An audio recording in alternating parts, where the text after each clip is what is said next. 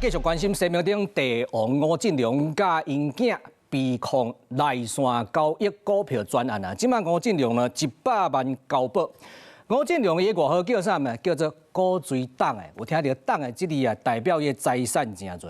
伊这财产啊，大部分拢是房地产所有。你即摆所看到西门町这个所在，大家看起来真熟悉，就是西宁南路这个大楼哦。伊2017年开22亿来买落来，伊即摆大家收这个租金哦，你看这个三角窗啊，角度真好，大家只要挖过，就拢会知影顶头的广告。三角窗的这个租金，安尼上无一档收租就已经破1000万咯。所以你真的有内线交易？挂出暗含无法，由律师陪同行出地检署，面对媒体问会无回报句，伊是大同公司的前副董吴振龙，财产8个亿，所加入内线交易叫约谈。检调兵分14路，甲吴振龙爸仔囝等10个人押动去。经过了解，吴振龙后生担任6家公司的董事，敢若趁离岛的消息公开进前提早交易股票赚差价，违反证交法叫约谈。进行了后，吴振龙100万交保，后生是无保放动去。我们确实走过一段非常艰辛的路。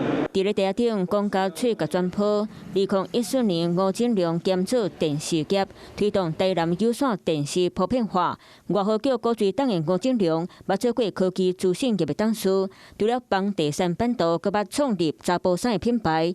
店面到菜店伫咧西门町。过去担任新永安有线电视董事，2015年卖掉赚几60亿。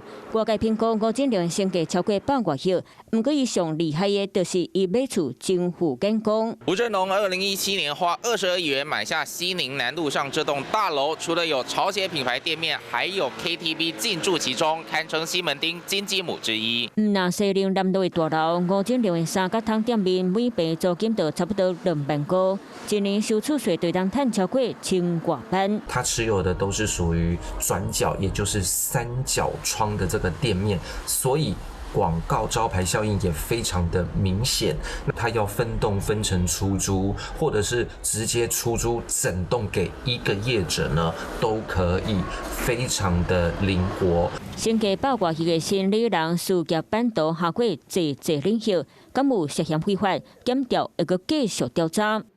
Hello， 我是蒋欣梅。想要抢先掌握最及时的新闻资讯吗？赶快订阅、按赞、开启小铃铛，锁定华视新闻 YouTube 频道。